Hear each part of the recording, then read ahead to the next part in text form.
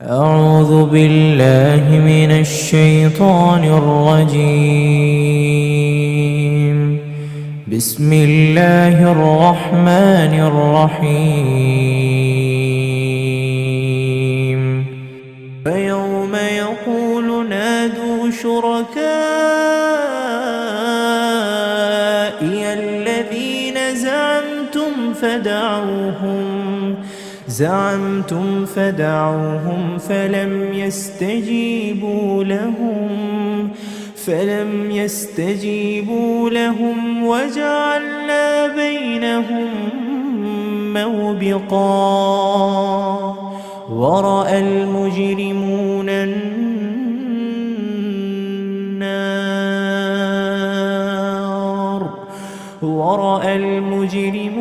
النار فظنوا أنهم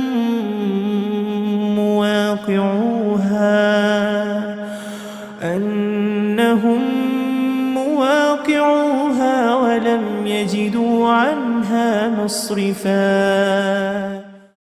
അസ്സലാമു അലൈക്കും വറഹ്മത്തുള്ളാഹി വബറകാതുഹു. ഖുർആൻ പദം 944 ദിവസത്തിലേക്ക് എല്ലാവരെയും ഹാർദമായി സ്വാഗതം ചെയ്യുന്നു. സൂറത്തുൽ കഹ്ഫിലെ 52, 53 ആയത്തുകളാണ് ഇന്ന് പഠന വിധേയമാക്കുന്നത്. ക്ലാസ് ആരംഭിക്കുന്നതിനായി ആദരണീയനായ ഡോക്ടർ AI വിലായത്തുള്ള സാഹിബിനെ ക്ഷണിക്കുന്നു. അസ്സലാമു അലൈക്കും വറഹ്മത്തുള്ളാഹി വബറകാതുഹു. അഊദു ബില്ലാഹി മിനശ് ശൈത്വാനിർ റജീം. ബിസ്മില്ലാഹിർ റഹ്മാനിർ റഹീം. വയൗമ യഖൂലു നാദൂ ശുറകാഇ അല്ലദീന സഅംതും ഫദഅൂഹും ഫലം യസ്തജീബൂ ലഹും വജഅൽനാ ബൈനഹും മൗബിഖാ വറഅൽ മുജ്രിമൂന النار فظنوا أنهم مواقعوها ولم يجدوا عنها مصرفا. صدق الله العلي العظيم. സൂറത്തുൽ കഹ്ഫിലെ 52, 53 ആയത്തുകളാണ് ഞാൻ നിങ്ങളെ കേൾപ്പിച്ചിട്ടുള്ളത്.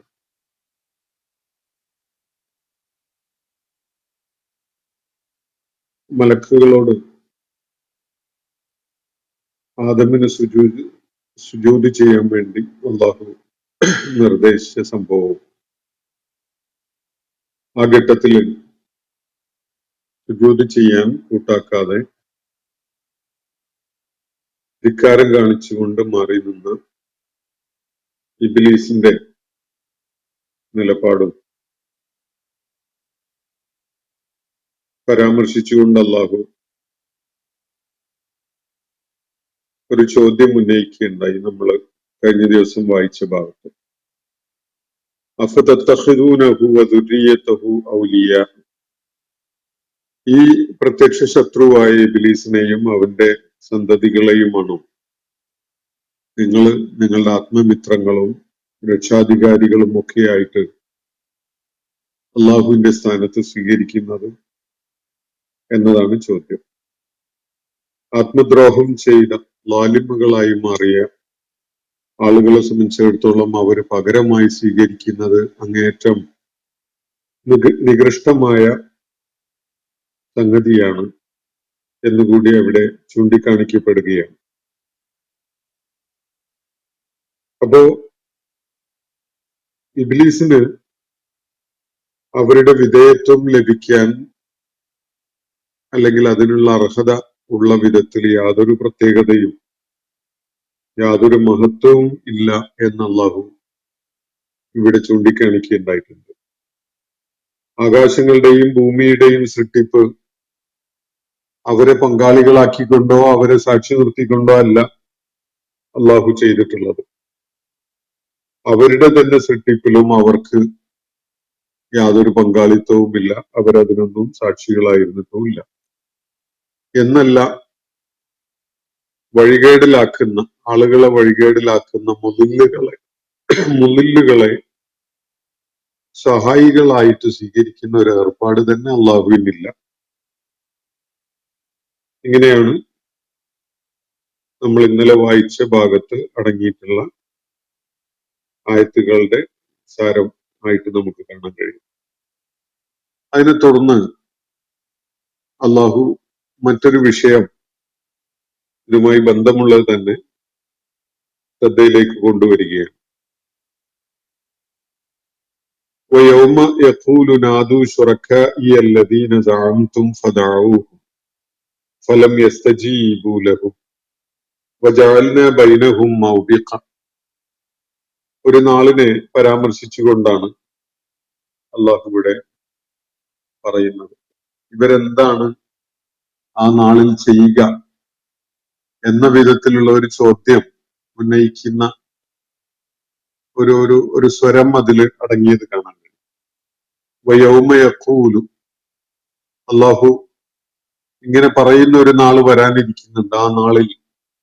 ആ നാളിൽ നാദൂ ശുറക്കാഇ അല്ലദീന സഅംതും, നിങ്ങൾ വലിയ അവകാശവാദങ്ങളൊക്കെ നടത്തി ശിരസിലേറ്റിയിരുന്ന നിങ്ങളുടെ ശുറക്കാകളുണ്ടല്ലോ, അവരെ നിങ്ങൾ വിളിക്കി, അവരെ നിങ്ങൾ വിളിച്ചോളൂ. നിങ്ങളിപ്പോ അകപ്പെട്ടിരിക്കുന്ന പ്രതിസന്ധിയിൽ നിന്ന് നിങ്ങളെ കരകയറ്റാൻ, നിങ്ങളെ രക്ഷിക്കാൻ നേരത്തെ നിങ്ങൾ വലിയ അവകാശവാദങ്ങളൊക്കെ നടത്തിയിരുന്ന തരം നിങ്ങളുടെ ശരീക്കുകളുണ്ട്, നിങ്ങളുടെ പങ്കാളികൾ, അള്ളാഹുവിനോടൊപ്പം ദിവ്യത്വത്തിൽ പങ്കുണ്ട് എന്ന വിധത്തില് നിങ്ങൾ അവകാശവാദങ്ങളൊക്കെ നടത്തിക്കൊണ്ട് ശിരസിലേറ്റി നടന്നിരുന്ന നിങ്ങളുടെ പങ്കാളികൾ, ആ ശുറക്കാഇനെ നിങ്ങൾ വിളിക്കൂ എന്ന് ഇവരോടായി അള്ളാഹു പറയുന്ന ഒരു നാള് വരാനിരിക്കുന്നു. എന്തായിരിക്കും ആ നാളിൽ അവർ ചെയ്യുക എന്നതാണ് അതിൽ ഇംപ്ലൈഡ് ആയിട്ടുള്ള ഒരു ചോദ്യം. സങ്കീർണമായ ഒരു പ്രതിസന്ധിയെ അവർ നേരിട്ടുകൊണ്ടിരിക്കുന്ന ഒരു സന്ദർഭം. വയൗമ യഖൂലു, അള്ളാഹു ആ നാളിൽ, ആ സന്ദർഭത്തിൽ അവരോടായിട്ട് പറയും, നാദൂ ശുറക്കാഇ അല്ലദീന സഅംതും, നിങ്ങളുടെ ശുറക്കാ ആയിട്ട് അവകാശപ്പെട്ടുകൊണ്ട് അല്ലെങ്കിൽ അങ്ങനെയുള്ള വാദങ്ങളൊക്കെ ഉന്നയിച്ചുകൊണ്ട് നിങ്ങൾ സ്വീകരിച്ചിരുന്ന നിങ്ങളുടെ പങ്കാളികളുണ്ടല്ലോ, ദിവ്യത്വത്തില് പങ്കാളിത്തമുള്ളവരായിട്ട് നിങ്ങൾ പരിഗണിച്ചിരുന്ന, നിങ്ങൾ കരുതിയിരുന്ന ആളുകൾ, ആ ശുറക്കാഇനെ വിളിച്ചോളൂ. നിങ്ങളിപ്പോ നേരിടുന്ന ഈ പ്രതിസന്ധിയെ തരണം ചെയ്യാൻ നിങ്ങളെ സഹായിക്കാൻ വേണ്ടി നിങ്ങൾ ആ ശുറക്കാഇനെ വിളിച്ചോളൂ എന്ന് പറഞ്ഞുകൊണ്ട് അള്ളാഹു അവരെ കൈയൊഴിയുന്ന ഒരു സന്ദർഭം, ഒരു ദിവസം. ആ ഘട്ടത്തില് ഫദഅൂഹും, അവര് നേരത്തെ ഭൂമുഖത്തെ ജീവിതകാലത്ത് അവര് വിളിച്ചിരുന്ന അവരുടെ ശരീക്കുകളെ, അവരുടെ ശുറക്കാഇനെ അവര് വിളിച്ചു നോക്കും. ഫദഅൂഹും ഫലം യസ്തജീബു ലഹും, അവരെ ഈ ശുറക്കാഇനെ വിളിച്ച് സഹായം തേടുന്നൊക്കെ ഉണ്ടാകും, പക്ഷെ അവരാരും തന്നെ ഉത്തരം ചെയ്യുന്നതായിട്ടോ സഹായം നൽകാൻ വേണ്ടി പാഞ്ഞെത്തുന്നതായിട്ടോ കാണപ്പെടുകയില്ല. ഫലം യസ്തജീബു ലഹും, അവർ ഒരിക്കലും തന്നെ ഇവരുടെ വിളിക്ക് ഉത്തരം ചെയ്തുകൊണ്ട് സഹായത്തിനായിട്ട് പാഞ്ഞെത്തുകയില്ല. ഫലം യസ്തജീബു ലഹും, ഇവരുടെ വിളിക്ക് ഉത്തരം ചെയ്തുകൊണ്ട് അവരെത്തുകയില്ല. വജഅൽനാ ബൈനഹും മൗബിഖ, മാത്രവുമല്ല അവർക്കിടയിൽ ഒരു വലിയ മൗബിഖ് സംഭവിച്ചിട്ടും ഉണ്ടാകും. അവർക്കിടയിൽ ഒരു നാശഗർത്തം ഈ രണ്ട് കൂട്ടർക്കും ഇടയിൽ, ഈ ശുറക്കാഇനെ വിളിച്ച് പ്രാർത്ഥിക്കുന്ന ആളുകളും ഈ ശുറക്കാകളും അവർക്കിടയിൽ പരസ്പരം ഒരു വലിയ വിടവും ഒരു തടസ്സവും ഒക്കെ അനുഭവിക്കുന്ന ഒരവസ്ഥയും ബന്ധപ്പെട്ടിട്ടുണ്ടാവും. മൗബിഖ് എന്നതിന് അവർക്കിടയിൽ രൂപപ്പെട്ടു വന്നിട്ടുള്ള അകൽച്ചയോ ശത്രുതയോ ആയിട്ട് മനസ്സിലാക്കാം, അല്ലെങ്കിൽ എന്തെങ്കിലും ഒരു ഫിസിക്കൽ ബാരിയർ, അവർക്ക് പരസ്പരം കൈകോർക്കാൻ കഴിയാത്ത, പരസ്പരം ഒത്തുകൂടി ഒന്നായി യുണൈറ്റഡ് ആയിട്ട് നിൽക്കാൻ കഴിയാത്ത വിധത്തിലുള്ള എന്തോ ഒരു ഫിസിക്കൽ ബാരിയർ അതുമാവാം. അപ്പൊ അവർക്കിടയിൽ ഒരു വൈരവും ശത്രുതയും, നേരത്തെ അവർ വലിയ ചങ്ങാത്തത്തിലായിരുന്നല്ലോ ഭൂമുഖത്തെ കാലയളവില്, അവര് പരസ്പരം അങ്ങോട്ടും ഇങ്ങോട്ടും ഒരു വലിയ കൂട്ടായ്മ ആയിരുന്നു നേരത്തെ. എന്നാൽ ഇപ്പോ അവർക്ക് അങ്ങനത്തെ പരസ്പരം സഹായിക്കാൻ പറ്റുന്ന ഒരു അവസ്ഥയില്ല.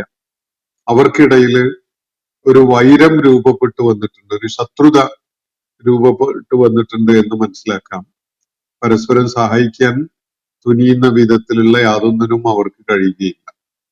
അതല്ലെങ്കിൽ അവർക്ക് ഒന്നിക്കാൻ കഴിയാത്ത വിധത്തില് അവർക്കിടയിൽ വലിയ ഒരു നാശഗർത്തം അല്ലെങ്കിൽ വലിയൊരു തടസ്സം ഉണ്ടായി വന്നിട്ടും ഉള്ളതായിട്ട് മനസ്സിലാക്കാം. അപ്പോ അവർക്ക് പരസ്പരം സഹായിക്കാൻ കഴിയുകയില്ല. അവര് സഹായത്തിനായി വിളിച്ച് കേണപേക്ഷിച്ചു കഴിഞ്ഞാൽ അവരാരും തന്നെ പാഞ്ഞു വരികയും ഇല്ല. ഫലം യസ്തജീബൂലഹും, അങ്ങനെ ഒരു നാള് വരാനിരിക്കുന്നുണ്ട്. ഇന്ന് അള്ളാഹുവിനോടൊപ്പം പങ്കാളികളാണ് എന്ന് സങ്കല്പിച്ചുകൊണ്ട്, എന്ന് അവകാശപ്പെട്ടുകൊണ്ട് പലരെയും ഇവര് ശിരസിലേറ്റി നടക്കുന്നുണ്ട്. ഏതൊക്കെയോ വിധത്തിലുള്ള ഒരു ഇടപാട് അവര് പരസ്പരം നടത്തുന്നുണ്ട്. എന്നാൽ ഒരു നാള് വരാനിരിക്കുന്നു. ആ നാളില് ഇവര് വളരെ നിസ്സഹായമായ അവസ്ഥയിൽ എത്തി നിൽക്കുമ്പോൾ അള്ളാഹു പറയുക, നിങ്ങളുടെ ശുറക്കാരിനെ നിങ്ങൾ വിളിച്ചോളൂ. അവരായിരുന്നല്ലോ നിങ്ങൾ വിളിച്ച് പ്രാർത്ഥിച്ചിരുന്നത്. നിങ്ങളെ സഹായിക്കാൻ എപ്പോ വേണമെങ്കിലും ഓടിയെത്തും എന്നുള്ള നിലക്ക് അവകാശപ്പെട്ടുകൊണ്ട് നിങ്ങൾ ശുറക്ക ആയിക്കൊണ്ട് നടന്നിരുന്നത്. നിങ്ങൾ അവരെ വിളിച്ചോളൂ എന്ന് അവരോട് പറയപ്പെടും. അപ്പൊ അവര് വിളിച്ചു നോക്കുകയും ചെയ്യും. ഫദാഉഹും, അവര് വിളിച്ചു നോക്കും. എന്നാൽ ഫലം യസ്തജീബൂലഹും, അവർക്ക് ഉത്തരം നൽകപ്പെടുന്നതല്ല. അവരുടെ അടുക്കലേക്ക് എന്തെങ്കിലും സഹായം നൽകാനായിട്ട് അവരാരും ഉത്തരം നൽകുന്നവരായിക്കൊണ്ട് ഓടിയെത്തുകയില്ല. വജഅൽനാ ബൈനഹും മൗബിഖ, അള്ളാഹു അവർക്കിടയിൽ ഒരു വലിയ തടസ്സം സൃഷ്ടിച്ചിട്ടും ഉണ്ടാകും. ഒരു നാശഗർത്തം, അല്ലെങ്കിൽ അവർക്കിടയിൽ ഒരു അകൽച്ച, മാനസികമായ ഒരു അകൽച്ചയും ഉണ്ടാക്കിയിട്ടുണ്ടാവും. അതൊരു ശത്രുതയുടെയോ വൈരത്തിന്റെയോ ഒക്കെയായ ഒരു അകൽച്ചയാകാം, അല്ലെങ്കിൽ കാണാൻ കഴിയുന്ന ഒരു ഫിസിക്കൽ ആയിട്ടുള്ള ഒരു തടസ്സമാവാം.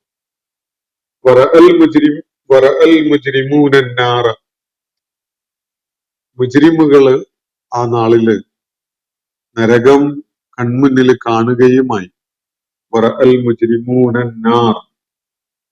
മുജ്രിമുകള്, കുറ്റവാളികള്, ആത്മദ്രോഹം ചെയ്ത, അള്ളാഹുവിനോടൊപ്പം ശുറക്കാഇനെ സ്വീകരിച്ചുകൊണ്ട് തങ്ങളോടും തങ്ങളുടെ റബ്ബിനോടും ളുൽമ് ചെയ്ത ആളുകൾ, ഇതാണ് ഇവിടെ മുജ്രിമുകൾ എന്നതുകൊണ്ട് സൂചിപ്പിക്കപ്പെടുന്നത്. അപ്പോ അങ്ങനെയുള്ള മുജ്രിമുകൾ, ഈ കുറ്റവാളികൾ, അവര് നരകം നേരില് കാണാനിടയാകുന്ന ഒരു രംഗം. അപ്പോ അവര് മനസ്സുകൊണ്ട് ഉറപ്പിച്ചു കഴിയുകയാണ്, അവരുടെ അനുമാനം, അവര് കരുതി പോകുന്നത് അവരതില് പതിക്കപ്പെടാൻ പോവുകയാണ്, അവരതിൽ വീഴാൻ പോകുന്നവരാണ് എന്ന് അവർ മനസ്സിലാക്കുകയും ചെയ്യുന്നു. ആ ഘട്ടത്തിൽ നരകം കൺമുന്നിൽ കാണാനിടയാവുകയും അവരൊക്കെയും തന്നെ അതില് പതിക്കാൻ പോകുന്നു എന്ന ഒരു ഒരു ഒരു അനുമാനം അവർക്ക് ഉണ്ടാവുകയും ചെയ്യുന്നു. വലം യജിദു അൻഹ മസ്രിഫ, അതിൽ നിന്ന് അവരെ തിരിച്ചു കളയാൻ കഴിയുന്ന, അവരെ രക്ഷപ്പെടുത്താൻ കഴിയുന്ന യാതൊന്നും അവർക്ക് കാണാൻ സാധ്യമല്ല. കൺമുന്നില് പ്രത്യക്ഷത്തില് നരകം എത്തിയിരിക്കുന്നു. ആ നരകത്തിന്റെ ജ്വാല അവരെ വലയം ചെയ്യുന്ന ഒരവസ്ഥയും വരികയാണ്. ഏത് നിമിഷവും അതിലേക്ക് അവരെറിയപ്പെടും എന്നത് അവര് അനുമാനിക്കുന്നുണ്ട്, മനസ്സിലാക്കുന്നുണ്ട്. അതിൽ നിന്ന് അവരെ തിരിച്ചു കളയാൻ കഴിയുന്ന മറ്റൊരു രക്ഷാമാർഗവും അവരുടെ മുന്നിൽ ഉണ്ടാവുകയും ഇല്ല. ഇങ്ങനെ ഒരു നാള് വരാനിരിക്കുന്നു എന്നാണ് അള്ളാഹുവിടെ വ്യക്തമാക്കുന്നത്. അന്ന് സഹായത്തിനോട് അള്ളാഹുവിന്റെ നേരെ തിരിയാൻ അവർക്ക് സാധ്യമല്ല. അവര് സഹായത്തിന് കേണുകൊണ്ടിരിക്കുന്നുണ്ടാവും. പക്ഷെ അള്ളാഹു നൽകുന്ന മറുപടി ഇതാണ്, നേരത്തെ നമ്മൾ വായിച്ചു. നാദു ശുറക്കാഇയല്ലദീന സഅംതും എന്നാണ് അവരോടായിട്ട് അള്ളാഹു പറയുന്നത്. നിങ്ങൾ വലിയ അവകാശവാദങ്ങളോടെ നിങ്ങളുടെ ശിരസിലേറ്റി നടന്നിരുന്ന കൂട്ടരുണ്ടല്ലോ, നിങ്ങളുടെ ശുറക്കാകൾ, അവരെ വിളിച്ചോളൂ എന്നാണ് അവരോട് നിർദ്ദേശിക്കപ്പെടുന്നത്. അവരുടെ നിസ്സഹായാവസ്ഥയിൽ അങ്ങനെ വിളിച്ചു നോക്കുകയൊക്കെ ചെയ്യും. പക്ഷെ അതിന് ഉത്തരം ചെയ്യാൻ കഴിയുന്നവരായിട്ട് ആവില്ല ആ ശുറക്കാകൾ ഉണ്ടാവുക. അവർക്കിടയിൽ ഒരു വലിയ തടസ്സം വന്നു പെട്ടിട്ടുണ്ടാവും. അവർക്ക് ഇവരുടെ സഹായത്തിനായിട്ട് ഓടിയെത്താൻ സാധിക്കുകയില്ല. അവര് തമ്മിൽ വലിയ അകൽച്ച രൂപപ്പെട്ടിട്ടുണ്ടാവും. അവർ നരകം നേരിട്ട് കാണാനിടയാവുകയും ചെയ്യും. ആ നരകത്തിൽ അവര് പതിക്കാൻ പോകുന്നു എന്ന് അവര് അനുമാനിക്കുകയും ചെയ്യുന്നു. ഒരു രക്ഷാമാർഗമായിട്ട് എങ്ങോട്ടെങ്കിലും ഒന്ന് തിരിയാം എന്ന് കരുതാൻ പറ്റുന്ന ഒരു ദിശയും അവർ കാണുകയുമില്ല. ഇതാണ് അവര് എത്തിച്ചേരാൻ പോകുന്ന വലിയ പ്രതിസന്ധിയുടെ ഒരവസ്ഥ എന്നാണ് അള്ളാഹു ഇവിടെ വ്യക്തമാക്കുന്നത്.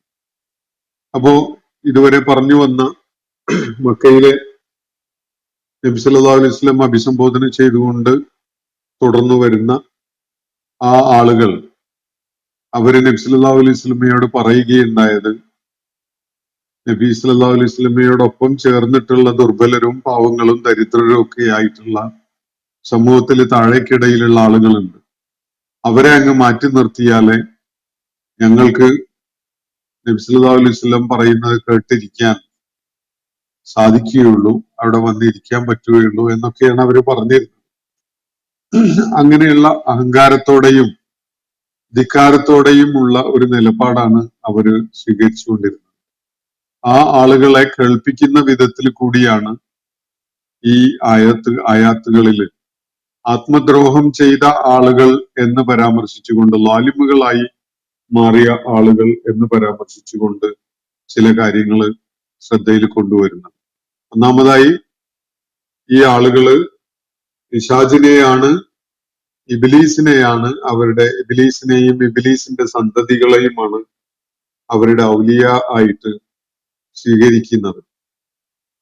ഏറ്റവും വലിയ വഞ്ചകൻ, മനുഷ്യനെ സംബന്ധിച്ചിടത്തോളം ഏറ്റവും വലിയ ചതി ചെയ്തവനാണ് ഇബ്ലീസ്. ആ ഇബ്ലീസിനെയാണ്, അല്ലെങ്കിൽ അവനോടൊപ്പമുള്ള അവന്റെ ആളുകളെയാണ് നിങ്ങളുടെ വലിയ ഔലിയ ആയിട്ട് സ്വീകരിച്ച് കൊണ്ട് നടക്കുന്നത് എന്നതാണ് സൂചിപ്പിക്കപ്പെട്ട ഒരു കാര്യം. അപ്പോ ഈ ഇബ്ലീസിനും അവന്റെ കൂട്ടാളികൾക്കും ഒന്നും തന്നെ ദിവ്യത്വത്തിൽ യാതൊരു പങ്കുമില്ല. ആകാശങ്ങളുടെയും ഭൂമിയുടെയും സൃഷ്ടിപ്പിലൊന്നും അവർക്ക് യാതൊരു പങ്കുമില്ല. അവരുടെ തന്നെ സൃഷ്ടിപ്പിലും അവർക്ക് യാതൊരു ഇൻവോൾവ്മെന്റും ഇല്ല, ഒരു പങ്കുമില്ല. അങ്ങനെ ഒരു ഏർപ്പാട് അള്ളാഹുവിന് ഇല്ലതാണ്. ഈ ഒരു നിസ്സഹായാവസ്ഥ യഥാർത്ഥത്തില് അവർക്ക് വന്നിരിക്കുന്നത് അവര് മൂഢമായ ചില നിലപാടുകളും നടപടികളും ഒക്കെ സ്വീകരിച്ചത് കാരണമായിട്ടാണ് എന്നതാണ് ഇവിടെ അള്ളാഹു അവരെ ബോധ്യപ്പെടുത്തുകയുണ്ടായത്.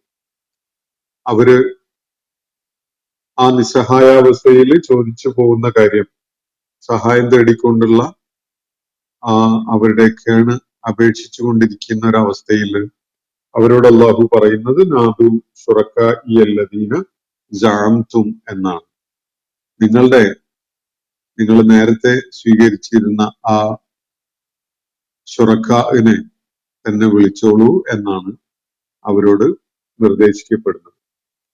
പക്ഷെ ആ നാളിൽ അവര് വിളിച്ചു നോക്കുക എന്നല്ലാതെ അവർക്കതിന് എന്തെങ്കിലും സഹായവുമായിട്ട് അവരാരും ഓടിയെത്തുകയില്ല. നരകം അവരുടെ കൺമുന്നില് പ്രത്യക്ഷത്തില് വരികയും ചെയ്യും. അവരതിൽ പതിക്കാൻ പോകുന്നു എന്ന ഭീതിജനകമായ ഒരു തിരിച്ചറിവ് അവർക്കുണ്ടാവുകയും ചെയ്യും. അതിൽ നിന്ന് രക്ഷപ്പെടാൻ ഏതെങ്കിലും ഒരു ദിശയിലേക്ക് തിരിയാൻ പോലും സാധ്യമല്ല എന്ന ഒരു കാര്യം കൂടി അവർ ആ ഘട്ടത്തിൽ മനസ്സിലാക്കുകയും ചെയ്യും. ഇതാണ് ഇന്ന് നമ്മൾ വായിച്ച ഭാഗത്ത് അതിന്റെ തൊട്ടു മുമ്പുള്ള ആയത്തുകളൊക്കെ ആയിട്ട് ബന്ധപ്പെട്ടുകൊണ്ട് പറഞ്ഞിരിക്കുന്നതിന്റെ സാരാംശം. അപ്പോ പ്രബോധിത സമൂഹം അവര് സ്വീകരിച്ചുകൊണ്ടിരിക്കുന്ന നിലപാടുകളുടെ പശ്ചാത്തലത്തിൽ വളരെ കൃത്യമായിട്ട് അവര് നേരിടാൻ പോകുന്ന ഏറ്റവും ദുരന്തപൂർണമായിട്ടുള്ള ഒരവസ്ഥയെക്കുറിച്ചുള്ള ഒരു താക്കീതായിട്ട് അവർക്ക് ഉൾക്കൊള്ളാൻ പറ്റുന്ന വിധത്തിലാണ് ഈ കാര്യങ്ങൾ അള്ളാഹുവിടെ വിവരിച്ചിട്ടുള്ളത്. ചില ചോദ്യങ്ങൾ ഉന്നയിക്കപ്പെട്ടത് പരിഗണിക്കാമെന്ന് വിചാരിക്കുകയാണ്. ഈസ് എന്നുള്ള പ്രൊഫൈലിന് വന്ന ചോദ്യങ്ങളാണ്. ഇബ്ലീസിനെ ഉന്മൂലനം ചെയ്യാനുള്ള ശക്തി അള്ളാഹുവിന് ഇല്ലേ? അക്കാര്യത്തിൽ അള്ളാഹു നിസ്സഹായനാണോ? എന്തുകൊണ്ടാണ് അള്ളാഹുവിന് തന്റെ അടിമകളോട് ഇബ്ലീസിൽ നിന്നും അകന്നു നിൽക്കണം എന്ന് അപേക്ഷിക്കേണ്ടി വരുന്നത് എന്നാണ് ഇദ്ദേഹം ഉന്നയിച്ചിരിക്കുന്ന ഒരു ചോദ്യം. യഥാർത്ഥത്തിൽ ഇത് വളരെ ബാലിശമായിട്ട് ഉന്നയിക്കപ്പെടുന്ന ഒരു വിഷയമാണ്. ഇബ്ലീസിനെ സംബന്ധിച്ചിടത്തോളം ഇബ്ലീസിനെ എങ്ങനെ നമുക്ക് ഇബ്ലീസ് എന്ന ഒരു പ്രതിഭാസത്തെ മനസ്സിലാക്കാം എന്നത് ആദ്യം ഒന്ന് പരിഗണിക്കുന്നത് നല്ലതായിരിക്കും. നമ്മളുടെ മനസ്സില്, ഏതൊരു മനുഷ്യന്റെയും മനസ്സില് ഒരു നന്മക്ക് പ്രചോദനവും പ്രോത്സാഹനവുമാകുന്ന പ്രേരണ ഉണ്ടാവാറുണ്ട്. അതേപോലെ തന്നെ തിന്മ, പിശുക്ക്, മ്ലേച്ഛത, ഈ വക സംഗതികൾക്ക് പ്രേരണയാകുന്ന ചില കാര്യങ്ങളും മനസ്സിൽ അനുഭവപ്പെടാറുണ്ട്. ഇതിനാർക്കും നിഷേധിക്കാൻ പറ്റില്ല. ഈ രണ്ട് സംഗതിയും മനുഷ്യ മനസ്സിന്റെ പ്രവർത്തനങ്ങളായിട്ട് നമ്മൾ കാണുന്നുണ്ട്. ചില സന്ദർഭങ്ങളിൽ ചില വെണ്ടായികകളിലേക്ക് മനസ്സ് ചാഞ്ഞു പോകുന്ന, അതിന് ശക്തമായ പ്രേരണ മനസ്സ് ചെലുത്തുന്ന ഒരനുഭവം മനുഷ്യനുണ്ടാവാറുണ്ട്. വളരെ ഉദാത്തവും ഉത്തമവുമായ നിലപാടുകളും പ്രവർത്തനങ്ങളും ഒക്കെ ചെയ്യാൻ മനുഷ്യന്റെ മനസ്സ് പ്രേരിതമാവുന്ന ഒരവസ്ഥയുണ്ട്. ഇത് സൂചിപ്പിക്കുന്നത് നമ്മൾ ഇബ്ലീസ് എന്നുള്ള പ്രതിഭാസത്തെ തൽക്കാലം ഒരു ചിത്രം വരച്ച് അടയാളപ്പെടുത്തി വെക്കുന്നതിന് പകരം മനുഷ്യന്റെ മനസ്സിലെ തന്നെ ചില പ്രവർത്തനങ്ങളായിട്ടൊന്ന് സങ്കല്പിച്ചു നോക്കൂ. ഒരാളുടെയും മുന്നിൽ ഇബ്ലീസ് മനോരമയുടെ ഗ്രാഫിക് കഥകളുടെ കൂട്ടത്തിലെ ഒരു കൊമ്പ് വെച്ച് ഡെവിളിന്റെ ഷേപ്പിലുള്ള ഒരു സാധനമായിട്ട് സങ്കല്പിക്കുന്നത് കൊണ്ടാണ് നമുക്കതിലെ വലിയ വിധത്തിലുള്ള അവിശ്വാസം അക്കാര്യത്തിൽ ഉണ്ടാവുന്നത്. മനുഷ്യ മനസ്സിലെ തന്നെ ഒരു പ്രവർത്തനമാണ് ഈ ദുഷ്പ്രേരണ എന്ന് കാണാൻ കഴിയും. അതിനാരും നിഷേധിക്കാൻ മുതിരില്ല. അത് മനുഷ്യ മനസ്സിൽ അങ്ങനെ ഒരു പ്രവർത്തനം നടന്നുകൊണ്ടിരിക്കുന്നത് എല്ലാവർക്കും അനുഭവം ഉണ്ടാവും. അതുകൊണ്ട് ഖുർആന്റെ വിവരണത്തില് മറഞ്ഞു കിടക്കുന്ന, അല്ലെങ്കിൽ മനുഷ്യന് ദൃഷ്ടിഗോചരമല്ലാത്ത, ദൃശ്യമല്ലാത്ത ഒരു പ്രതിഭാസത്തെ കുറിച്ചാണ് അള്ളാഹു ഇവിടെ സൂചിപ്പിക്കുന്നത്. ഇബ്ലീസ് എന്നുള്ള വാക്കിന് തന്നെ പരമ നിരാശിതൻ എന്നൊക്കെയാണ് അർത്ഥം. അങ്ങേയറ്റത്ത് നിരാശ ബാധിച്ച ഒരുവൻ, പ്രതീക്ഷയറ്റവൻ, ആശയറ്റവൻ എന്നൊക്കെയാണ് ആ വാക്കിന്റെ അർത്ഥം തന്നെ. ഇബ്ലീസിന് ഖുർആന്റെ വിവരണത്തില് നമുക്ക് പ്രത്യക്ഷത്തിൽ കാണാൻ കഴിയാത്ത ഒരു അസ്തിത്വം ഇബ്ലീസിനുണ്ട്. പക്ഷെ നമ്മളെ സംബന്ധിച്ചിടത്തോളം ഇബ്ലീസ് എന്നൊരു പ്രതിഭാസം അനുഭവപ്പെടുന്നത് നമ്മളുടെ മനസ്സിന്റെ ചില പ്രവർത്തനങ്ങളായിട്ടാണ്. ഇങ്ങനെയാണ് നമുക്ക് അതിനെ കാണാൻ കഴിയും. അതില് ഈ പ്രത്യക്ഷത്തിലെ ഒരു രൂപവും ആകാരവും ഒക്കെയുള്ള ഒരു കക്ഷി എന്നുള്ള നിലക്ക് ആ വിവരണം, അത് നമുക്ക് കാര്യങ്ങള് മനസ്സിലാക്കുന്നതിന് വേണ്ടി എളുപ്പമാകുന്ന വിധത്തില് അള്ളാഹു നമുക്ക് പറഞ്ഞു തരുന്നതായിട്ട് നിങ്ങൾ മനസ്സിലാക്കി കഴിഞ്ഞാൽ ഈ വക സങ്കീർണമായ ആലോചനകളൊന്നും മനസ്സിലേക്ക് കടന്നു വരികയില്ല. നമ്മൾ നിഷേധിച്ചത് കൊണ്ട്, ഇബ്ലീസ് എന്ന പ്രതിഭാസത്തെ നിഷേധിച്ചത് കൊണ്ട് അതില്ലാതാവുന്നില്ല. മലക്കുകളും അതുപോലെ തന്നെയാണ്. ചില കാര്യങ്ങള് മനുഷ്യർക്കായിട്ട് നിർവഹിക്കപ്പെട്ടിട്ടുണ്ട്. ഇവിടെ ഖുർആൻ അവതരിച്ചു. ആരാണ് അത് മനുഷ്യനിലേക്ക് എത്തിച്ചു തന്നിട്ടുള്ളത്? അദൃശ്യമായ ഒരു സൃഷ്ടിയാണത്. ജിബ്രീൽ അലൈഹിസ്ലാമാണ് മനുഷ്യന് മുഹമ്മദ് നബി സല്ലല്ലാഹു അലൈഹി വസല്ലമക്ക് ഖുർആൻ എത്തിച്ചു കൊടുത്തിട്ടുള്ളത്. അള്ളാഹു നേരിട്ട് നൽകിയിട്ടുള്ള ഒരു രീതിയല്ല അതിന് സ്വീകരിക്കപ്പെട്ടിട്ടുള്ളത്. മനുഷ്യൻ രണ്ട് കാര്യങ്ങൾ കാരണമായിട്ട് നമുക്ക് ജിബ്രീൽ ഒരു യാഥാർത്ഥ്യമാണ് എന്ന് പറയേണ്ടി വരും. ഒന്ന്, ഖുർആൻ എന്നത് മുഹമ്മദ് നബി സല്ലല്ലാഹു അലൈഹി വസല്ലമയുടെ കൈകളിൽ എത്തിയിരിക്കുന്നു എന്നതാണ്. നബി സല്ലല്ലാഹു അലൈഹി വസല്ലമയുടെ മനസ്സിൽ ഖുർആൻ അവതരിപ്പിക്കപ്പെട്ടിരിക്കുന്നു. അതിന് ഒരു മാധ്യമം സ്വീകരിക്കപ്പെട്ടിട്ടുണ്ടായിരുന്നു എന്നാണ് ഖുർആൻ വെളിപ്പെടുത്തുന്നതും മുഹമ്മദ് നബി സല്ലല്ലാഹു അലൈഹി വസല്ലം സ്വന്തം അനുഭവമായിട്ട് വിവരിക്കുന്നതും. ഖുർആൻ നമ്മുടെ മുന്നിലുണ്ട് എന്നതുകൊണ്ട് തന്നെ അതൊരു യാഥാർത്ഥ്യമായിട്ട് നമ്മളെ മുന്നിൽ നിലനിൽക്കുവോളം അങ്ങനെ ഒരു സംഗതി ഉണ്ടായിട്ടുണ്ട് എന്നാണ് അതിന്റെ അർത്ഥം. അതിന് നമ്മള് നബി സല്ലല്ലാഹു അലൈഹി വസല്ലം അദ്ദേഹത്തിനുണ്ടായ അനുഭവമായിട്ട് വിവരിക്കുന്ന ആ സംഗതിയെ അതേപടി ഉൾക്കൊള്ളുകയോ മനസ്സിലാക്കുകയോ അല്ലാതെ വേറെ വഴിയൊന്നുമില്ല. നമ്മളെ സംബന്ധിച്ചിടത്തോളം അത് അള്ളാഹു അദൃശ്യമാക്കി വെച്ചിരിക്കുകയാണ്. അവയൊക്കെ ദൃശ്യമാക്കി വെക്കുകയാണെങ്കിൽ ഇക്കാര്യത്തില് പ്രത്യേകിച്ച് വിശ്വസിക്കുന്നവർക്ക് വല്ല മേന്മയും വിശ്വസിക്കാതിരിക്കുന്നവർക്ക് വല്ല പോരായ്കയും അല്ലെങ്കിൽ വല്ല പിഴവും ഒന്നും ഉള്ളതായിട്ട് പറയാൻ കഴിയില്ല. അതുകൊണ്ട് തന്നെ അദൃശ്യമായ ചില കാര്യങ്ങൾ നമ്മൾ അംഗീകരിക്കല് വളരെ അനിവാര്യമാണ്. ഇതേപോലെ തന്നെയാണ് അള്ളാഹു എന്ന യാഥാർത്ഥ്യവും. നമ്മുടെ കൺമുന്നിൽ പ്രത്യക്ഷപ്പെട്ടു വന്നതിന് ശേഷം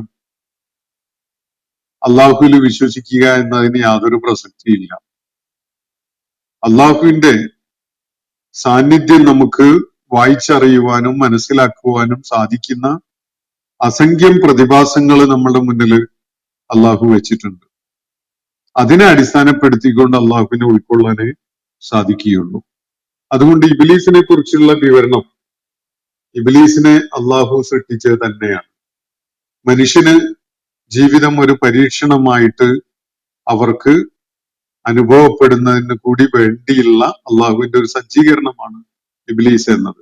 ആര് സ്വമേധയാ വളരെ കോൺഷ്യസ് ആയി ഉദ്ദേശപൂർവം അള്ളാഹുവിനെ തിരിച്ചറിഞ്ഞുകൊണ്ട് അവനെ അനുസരിക്കാനും അവന് വഴിപ്പെടാനും സന്നദ്ധരാകുന്നുവോ അവരാണ് പ്രതിഫലാർഹരായി മാറുന്നത്. മറിച്ച് മനസ്സിന്റെ നന്മക്കും സത്യത്തിനും നീതിക്കുമൊക്കെയുള്ള പ്രേരണയെ കെടുത്തി കളഞ്ഞുകൊണ്ട് ദുഷ്പ്രേരണകൾക്ക് വശംവദനായിക്കൊണ്ട് നീങ്ങുന്നത് ആരാണോ അയാളാണ് ശിക്ഷക്ക് അർഹനാകുന്നത്. ഈ സംഭവങ്ങളുമായി ബന്ധപ്പെട്ടുകൊണ്ടുള്ള ചില നിഗൂഢ തലങ്ങളുണ്ട്.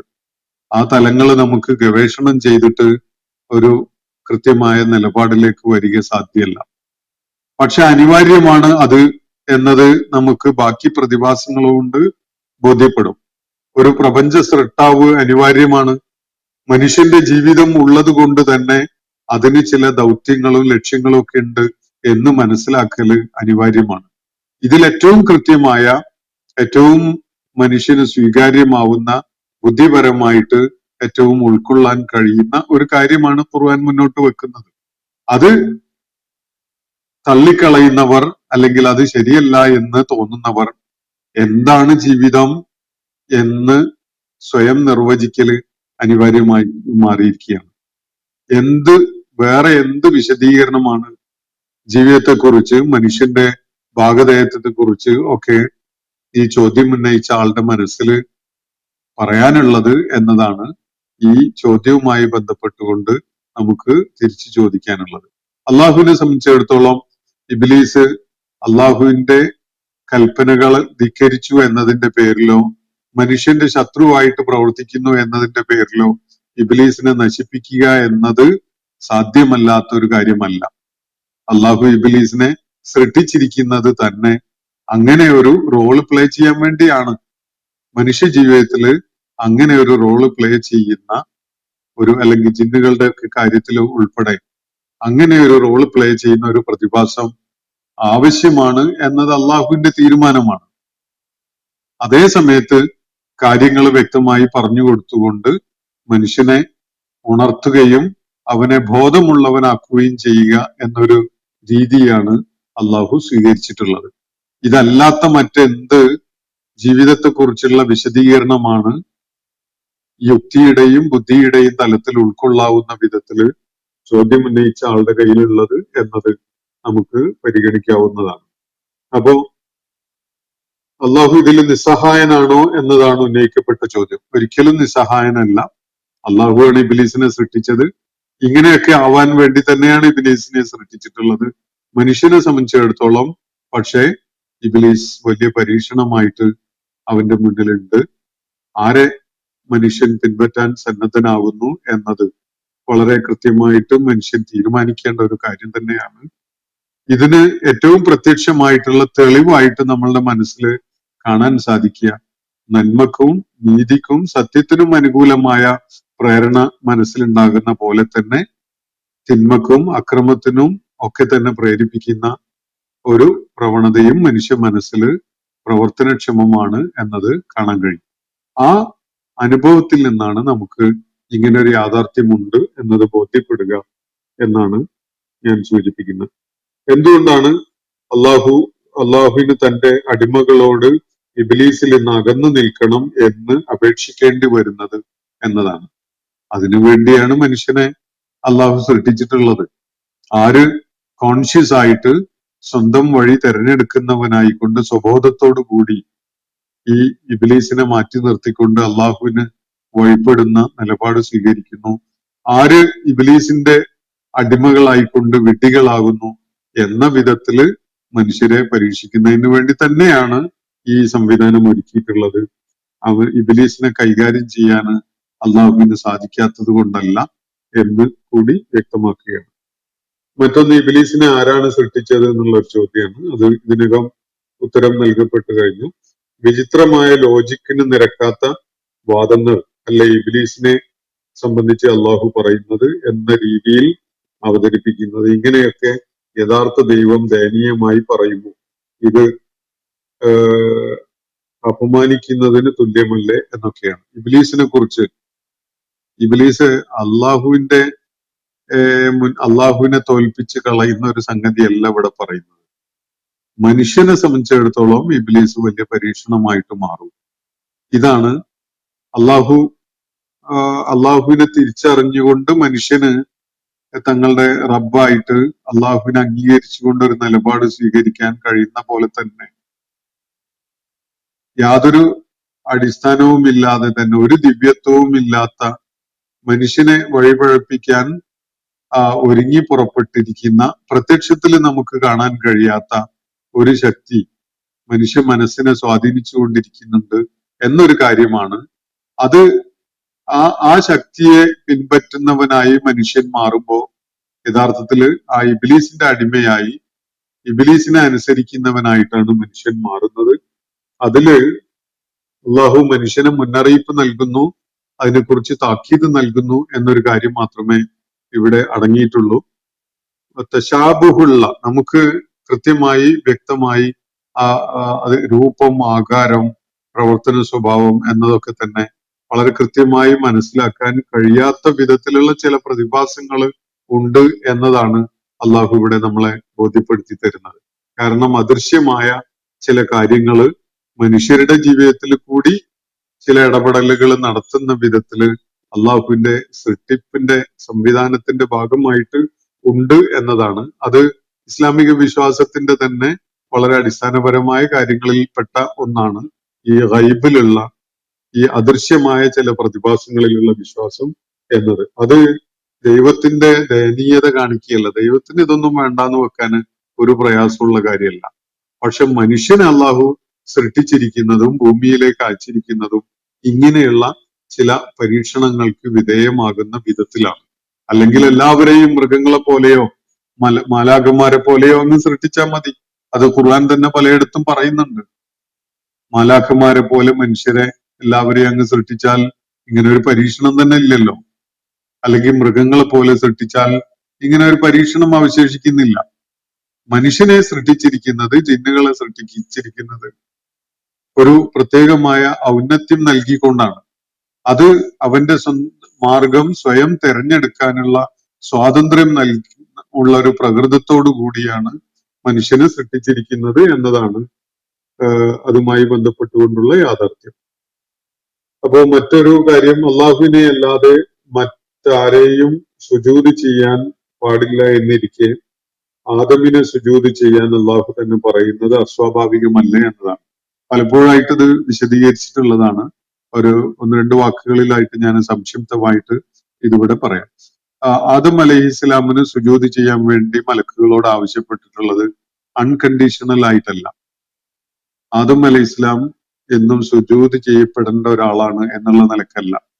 അള്ളാഹുവിന് വിധേയപ്പെടുക, അള്ളാഹുവിന്റെ ആജ്ഞ അനുസരിക്കുക എന്ന അർത്ഥത്തിൽ മാത്രമാണ് ആ സുജൂദിന്റെ കാര്യം വരുന്നത്. അള്ളാഹുവിനെ അനുസരിക്കല് സൃഷ്ടിജാലങ്ങളുടെ ബാധ്യത എന്നുള്ള നിലക്ക് അള്ളാഹുവിന് സുജൂദ് ചെയ്യുന്ന ആ പ്രക്രിയയുടെ തന്നെ ഒരു പ്രകടമായ ഒരു രൂപമായിട്ട് മാത്രമേ ആദം അലൈഹി ഇസ്ലാമിന് സുജൂദ് നിർവഹിക്കപ്പെടേണ്ടതായിട്ടുള്ളൂ.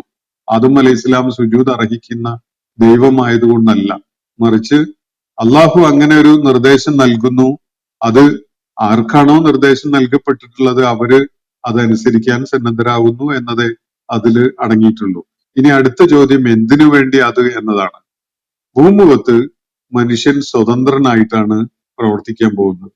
അള്ളാഹുവിന്റെ ഖലീഫ എന്നുള്ള നിലക്ക്, ഭൂമുഖത്ത് അള്ളാഹുവിന്റെ പ്രതിനിധി എന്നുള്ള നിലക്ക് സ്വതന്ത്രമായിട്ട് പ്രവർത്തിക്കാൻ പറ്റുന്ന ഒരു പ്രകൃതം നൽകിക്കൊണ്ടാണ് അള്ളാഹു മനുഷ്യനെ അയക്കുന്നത്.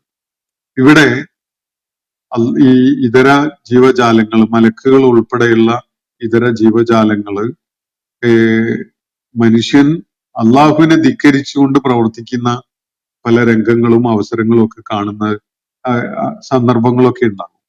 അങ്ങനെ ഉണ്ടാകുമ്പോഴും ഈ ആളുകൾക്ക്, ഈ അള്ളാഹു ചുമതലപ്പെടുത്തിയിട്ടുള്ള മലക്കുകൾക്കും അതുപോലെയുള്ള ജീവജാലങ്ങൾക്കും ഒക്കെ അള്ളാഹു നിശ്ചയിച്ച വിധത്തില് മനുഷ്യനുമായി ബന്ധപ്പെട്ടുകൊണ്ടുള്ള സേവനങ്ങൾ ചെയ്തുകൊണ്ടേയിരിക്കേണ്ടി വരും. മനുഷ്യന് വിധേയപ്പെട്ടുകൊണ്ട്, മനുഷ്യന് ഇങ്ങനെ ഒരു ഉന്നതമായ പദവി അള്ളാഹു നൽകിയിട്ടുണ്ട് എന്നതിനെ അംഗീകരിക്കുന്നതിന്റെ ഭാഗമായിട്ടാണ് മനുഷ്യന് സുജൂദ് ചെയ്യാൻ വേണ്ടി അള്ളാഹു ആവശ്യപ്പെട്ടിട്ടുള്ളത്. മനുഷ്യൻ ഇങ്ങനെ ഒരു ഖലീഫയായിട്ട് അള്ളാഹു ഭൂമുഖത്ത് നിശ്ചയിക്കുകയാണ്. അവന് പലപ്പോഴും അള്ളാഹുവിനെ ധിക്കരിക്കുന്നുണ്ടാവും. അപ്പോഴൊന്നും മലക്കുകൾ പ്രകോപിതാവാൻ പാടില്ല, അല്ലെങ്കിൽ ജീവജാലങ്ങൾ പ്രകോപിതാവേണ്ടതില്ല. അത് അവര് അള്ളാഹു നിർദ്ദേശിച്ച വിധത്തില് അവർ നിലക്കൊള്ളുകയേ വേണ്ടതുള്ളൂ. പലപ്പോഴും മനുഷ്യനുള്ള ആവശ്യമായ അനിവാര്യമായ സേവനങ്ങൾ നിർവഹിച്ചുകൊണ്ട് തന്നെ അവര് നിലക്കൊള്ളേണ്ടതുണ്ട്. ഈ ഒരു വിധേയപ്പെടല് അവരെ പഠിപ്പിക്കുന്ന വിധത്തിലായിട്ടാണ് ഈ സുജൂദിനെ നമുക്ക് കാണാൻ സാധിക്കുക. അള്ളാഹുവിന് സുജൂദ് ചെയ്യുന്ന പോലെയുള്ള ഒരു സുജൂദ് ചെയ്യലല്ല, മറിച്ച് അള്ളാഹുവിന്റെ ഖലീഫയായിട്ട് മനുഷ്യനെ അംഗീകരിക്കുമ്പോൾ ഉള്ള ഒരു വിധേയപ്പെടൽ മാത്രമാണ് ഇതുകൊണ്ട് ഉദ്ദേശിക്കപ്പെടുന്നത് എന്നത് ഇതുമായി ബന്ധപ്പെട്ട കാര്യങ്ങളെ കുറിച്ച് ഖുർആനും സുന്നത്തും പറയുന്ന സംഗതികളെ ചേർത്ത് വെച്ചാൽ നമുക്ക് ബോധ്യപ്പെടും. ഇനി മരണാനന്തര ജീവിതം എന്നത് ഒരു അടവു നയമല്ലേ എന്നതാണ് ഇദ്ദേഹം തന്നെ ഉന്നയിച്ചിരിക്കുന്ന മറ്റൊരു ചോദ്യം. മരണാനന്തര ജീവിതം എന്നത് മനുഷ്യന്റെ സ്വാഭാവികമായ മനസ്സിന്റെ തേട്ടം തന്നെയാണ് എന്നത് സത്യസന്ധമായിട്ട് മനസ്സുമായിട്ട് പ്രതിപ്രവർത്തിച്ചാൽ നിങ്ങൾക്ക് ബോധ്യപ്പെടും. മനുഷ്യൻ ഒരിക്കലും തന്നെ ഇല്ലാതായി മാറുന്നു എന്നതിനെ ഉൾക്കൊള്ളാൻ കഴിയുന്നവനല്ല. ഇതോടെ മരണത്തോടെ എല്ലാം തീർന്നു എന്നത് വിശ്വസിക്കാൻ അല്ലെങ്കിൽ അങ്ങനെ കരുതാൻ കഴിയുന്നവനല്ല മനുഷ്യൻ. മാത്രവുമല്ല, ഭൂമുഖത്തെ ഇടപാടുകള് ഈ അവസ്ഥയില് ഇവിടെ നടന്നുകൊണ്ടിരിക്കുന്ന രീതിയില് പൂർത്തിയാവുന്നുമില്ല. നീതി ഇവിടെ നടപ്പിലാക്കപ്പെടുന്നില്ല. അതുപോലെ ഇവിടെയുള്ള പ്രശ്നങ്ങൾക്ക്, വിഷയങ്ങൾക്ക് ഒരു അന്തിമ വിധി കൽപ്പിക്കപ്പെടുന്നില്ല. പലപ്പോഴും അന്തിമ വിധിയായിട്ട് ഇവിടെ നൽകപ്പെടുന്നത് അക്രമപരമായതാണ്, അനീതിയാണ് പലപ്പോഴും അവശേഷിക്കുന്ന ചിത്രം. ഇങ്ങനെയൊക്കെ ഉള്ളത് കൊണ്ട് തന്നെ സ്വാഭാവികമായ ഒരു അനിവാര്യതയാണ് ഒരു പാരത്രിക ലോക ജീവിതം എന്നതും അള്ളാഹുവിന്റെ മുന്നിൽ വിചാരണക്കായി ഹാജരാക്കപ്പെടുക എന്നതും. അത് മനുഷ്യന്റെ തന്നെ സ്വാഭാവികമായ ഒരു തേട്ടമാണ്. അല്ലാതെ എന്തിനു വേണ്ടി മനുഷ്യൻ ഒരു കാലയളവ് ഇവിടെ പ്രയത്നിച്ച് ഓടി നടക്കുന്നു എന്നൊരു ചോദ്യം അവനെ വിരട്ടുന്നതായിട്ട്, അവനെ പ്രയാസപ്പെടുത്തുന്നതായിട്ട് അവന്റെ മുന്നിൽ വരും. എങ്ങനെ നീതിയില്ലാത്തൊരു ലോകത്ത് നമ്മൾ എന്തിന് നീതിയും സത്യവും ഉയർത്തിപ്പിടിക്കുന്നു എന്നൊരു ചോദ്യം വരും. ഇങ്ങനെ ഒരുപാട് ചോദ്യങ്ങളുടെ മുന്നിൽ പകച്ചു നിൽക്കാനല്ലാതെ നമുക്ക് സാധിക്കുകയില്ല. അപ്പോ ഇത് സംബന്ധമായി അള്ളാഹു പറയുന്ന കാര്യങ്ങൾ കൃത്യമായിട്ടും സത്യമാണ് എന്നത് ഉൾക്കൊള്ളുക, അതിന്റെ സ്വാഭാവികതയെ അംഗീകരിക്കുക എന്നതാണ്. അല്ലാതെ പാരത്രിക ലോകത്തേക്കൊന്ന് പോയി നോക്കിയിട്ട് തിരിച്ചു വന്നിട്ട് വിശ്വസിക്കാം എന്നൊരു സാധ്യത മനുഷ്യനെ സംബന്ധിച്ചിടത്തോളം മുന്നിൽ നിലനിൽക്കുന്നില്ല എന്ന് മാത്രം സൂചിപ്പിച്ചുകൊണ്ട് ഞാൻ അവസാനിപ്പിക്കുകയാണ്. വാഖിറു ദഅ്വാന അനിൽ ഹംദുലില്ലാഹി റബ്ബിൽ ആലമീൻ. അസ്സലാമു അലൈക്കും വറഹ്മത്തുള്ളാഹി വബറകാതുഹു. ഇന്നത്തെ ഖുർആൻ പദം ഇവിടെ സമാപിക്കുന്നു. ഖുർആൻ പദത്തിൽ പങ്കെടുത്ത എല്ലാവർക്കും അള്ളാഹു അർഹമായ പ്രതിഫലം നൽകി അനുഗ്രഹിക്കട്ടെ. വആഖിറു ദഅ്വാനാ അനിൽ ഹംദുലില്ലാഹി റബ്ബിൽ ആലമീൻ. അസ്സലാമു അലൈക്കും വറഹ്മത്തുള്ളാഹി വബറകാതുഹു.